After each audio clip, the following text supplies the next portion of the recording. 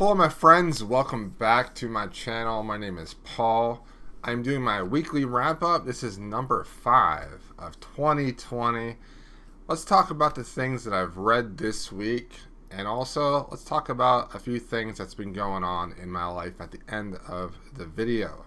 So first off, Half a War by Joe Abercrombie.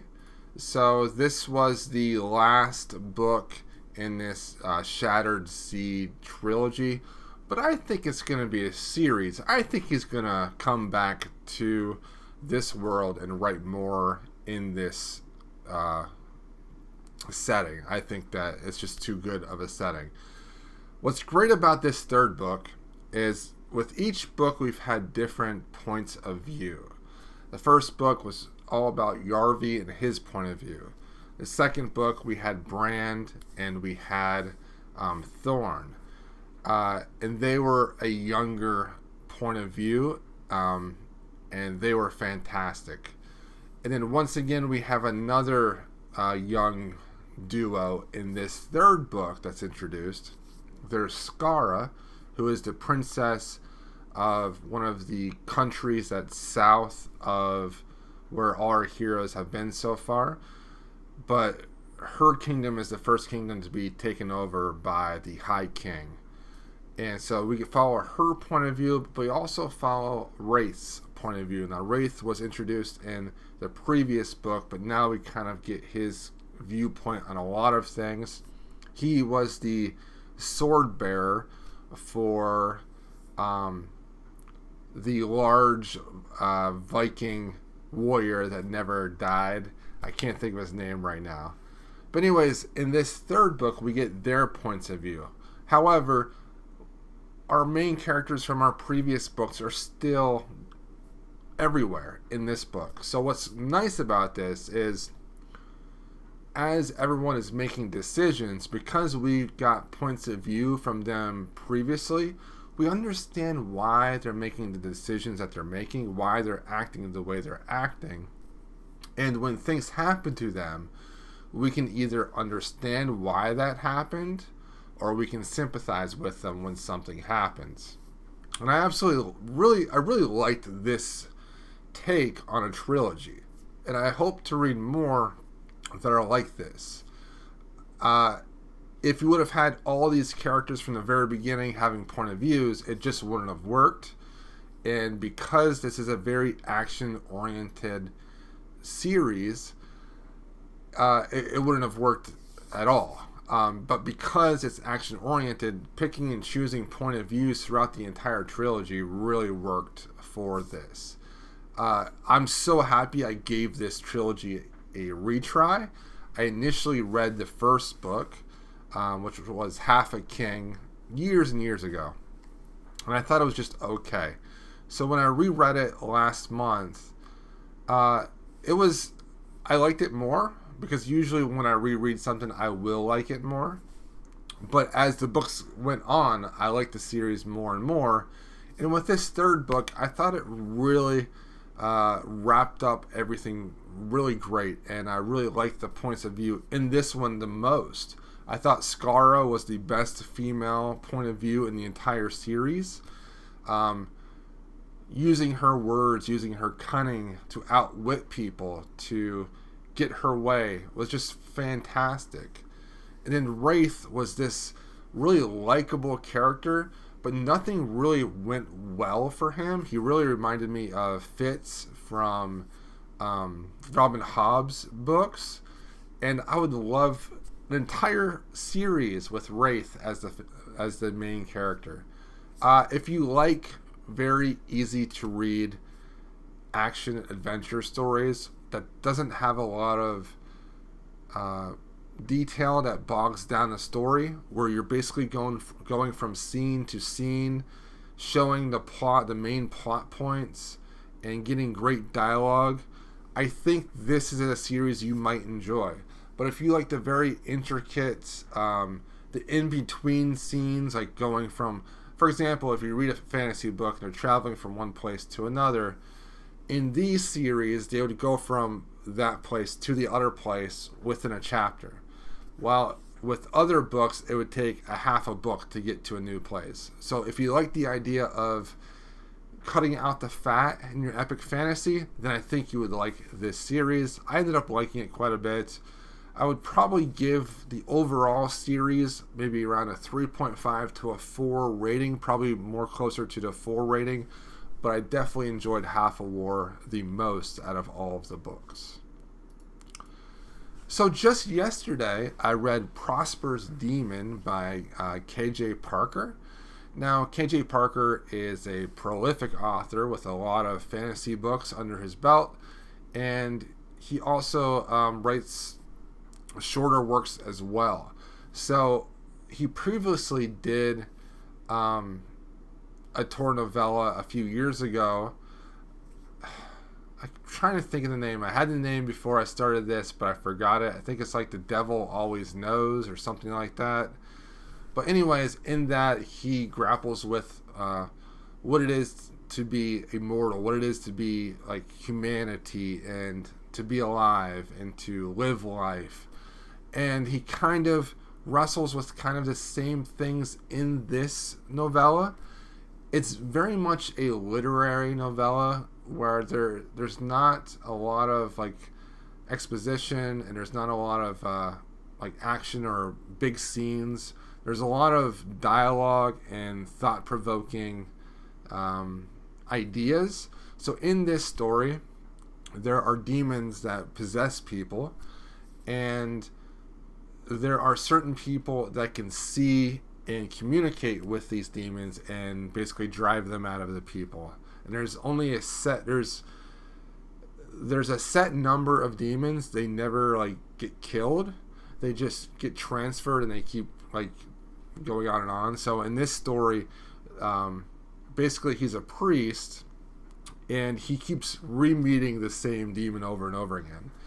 And also he meets this really genius intellectual thinker that is basically like this world's Plato or Aristotle, okay? And he wants to go and see like what's up with this guy because he has his suspicion. And the suspicion is that maybe that there's a demon in that individual. Now, a lot of this story really centers around the greater good and the lesser evils. Can you take the lesser evil for the greater good? Can you compromise your integrity here in order for the greater good to be to happen later down the road? And I like that about this novella quite a bit. The thing about this was, I feel like K.J. Parker was trying to toe a line the entire time during this novella. He didn't want to offend anybody, and he didn't want to make it too dark, and it just ended up being kind of flat the whole time. There was no like moments of surprise or excitement or humor. I wanted this to be hilarious. I wanted it to be really dark but really funny, and it just never lived up to its potential.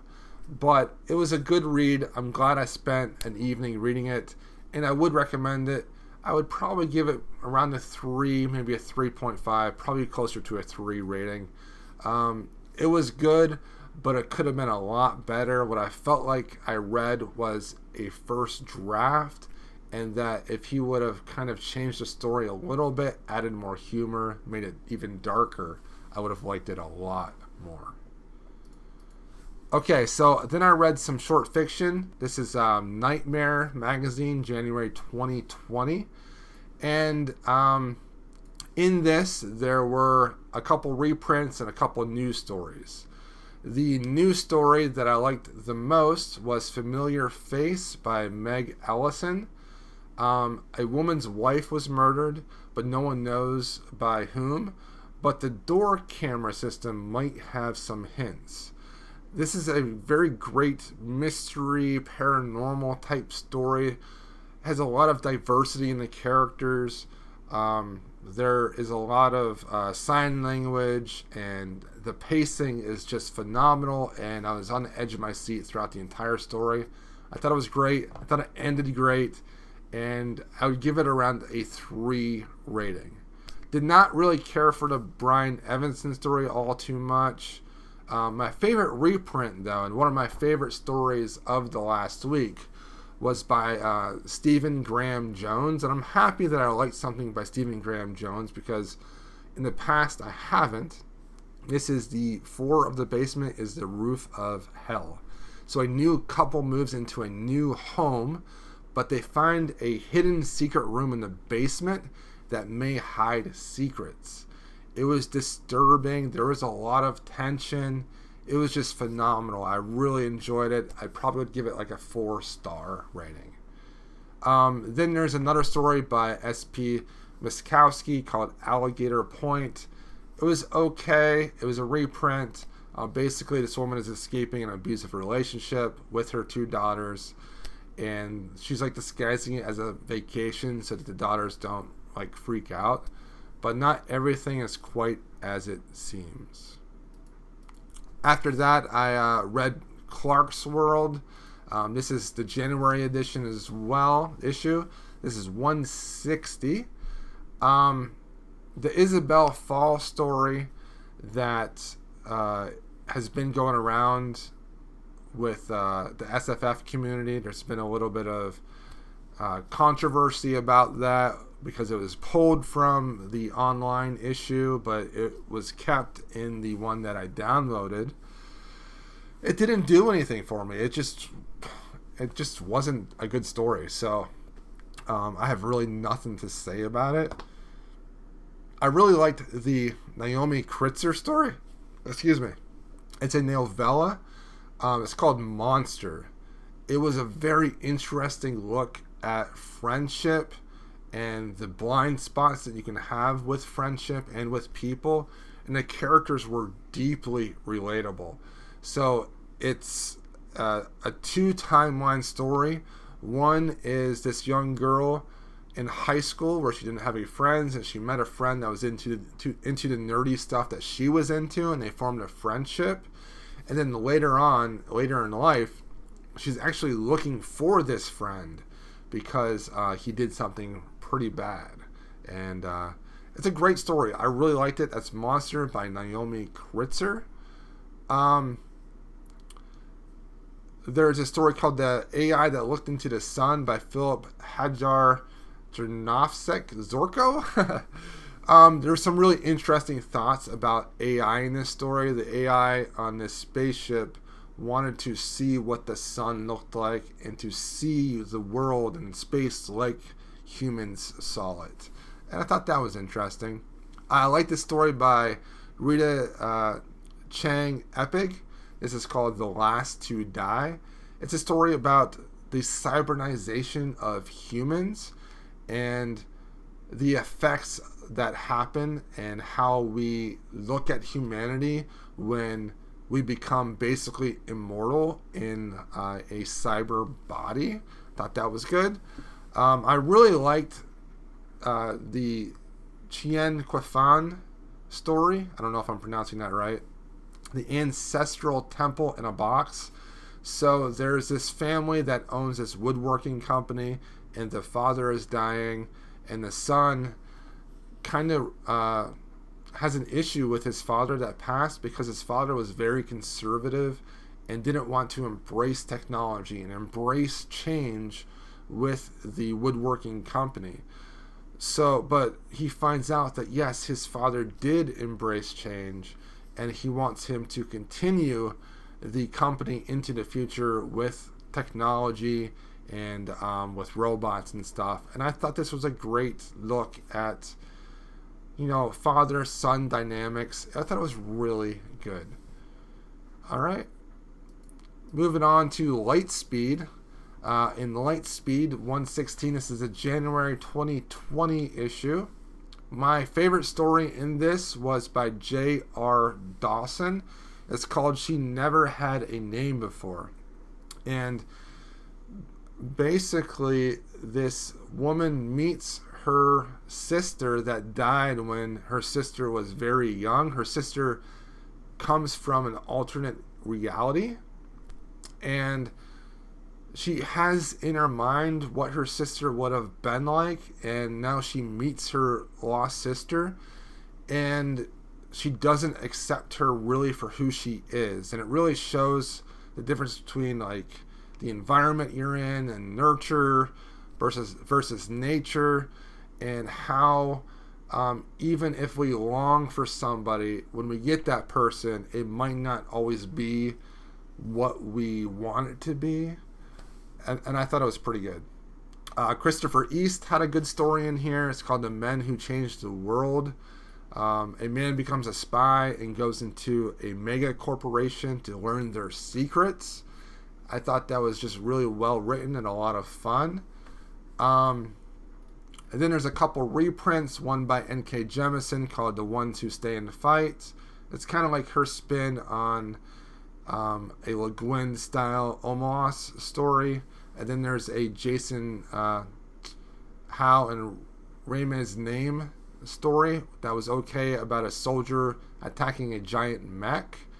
With fantasy, there was this really disturbing story. It was a reprint, and it was by M. Rickert, called Holiday. And it was about a man doing research on the deaths of young girls. And it had this very creepy vibe to it. It really read more like a horror story than a fantasy story, but I liked it. I can't shake that one. That one was really disturbing. Adam Troy Castro, usually who writes amazing stories, wrote one in this called Fortune's Final Hand. And I didn't really care for it all that much, but it was okay. At this casino, you can trade your memories in order to gamble, and you can also gain other people's memories from gambling as well. I definitely probably missed the nuances with that story just because of the way it was written. There was also a Kids Johnson reprint in this issue, and Kids Johnson, her stories continue to go over my head, unfortunately. Alexander Weinstein had a story called Destinations of Joy. They find a new continent in the Pacific Ocean, and I thought it was just okay. And then the last one that I read was actually a Clarkesworld issue from last year. I think it was last July.